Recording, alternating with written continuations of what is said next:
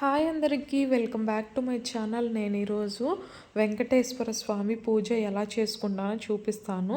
So first అయితే ముందు stove clean చేసుకొని నీట్గా బొట్లు అయితే పెట్టుకున్నాను అనమాట. ముగ్గు వేసుకొని కుంకుమ బొట్లు అవి ఇవన్నీ పెట్టుకొని ఇంకా తర్వాత బయటికి వెళ్ళి బయట నీట్గా క్లీన్ చేసుకొని గడప అలాగే తలుపు అంతా నీట్గా క్లీన్ చేసుకొని గడపకి పసుపు కుంకుమ రాసి బొట్లు పెట్టుకొని ముగ్గు అయితే వేసేసుకున్నాను.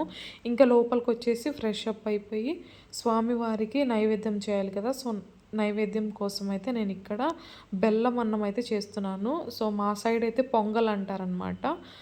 ఇంకా స్వామివారికి కావాల్సిన వస్తువులు ఇంకా పూజకు కావాల్సిన వస్తువులన్నీ తీసుకొని ఇలా బుట్టలో అయితే పెట్టుకుంటున్నాను అనమాట.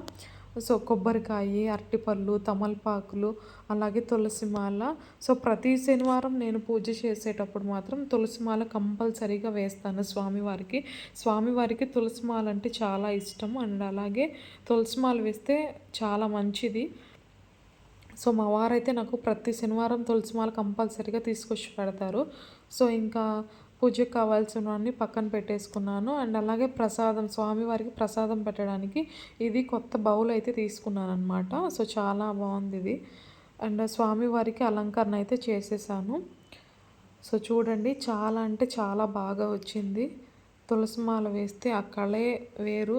మనసుకు మాత్రం చాలా తృప్తిగా అనిపిస్తుంది స్వామివారు అలా నిండుగా కనిపిస్తూ ఉంటే. సో పూజ అనేది ఇలా చేయాలి అని ఏమీ లేదు.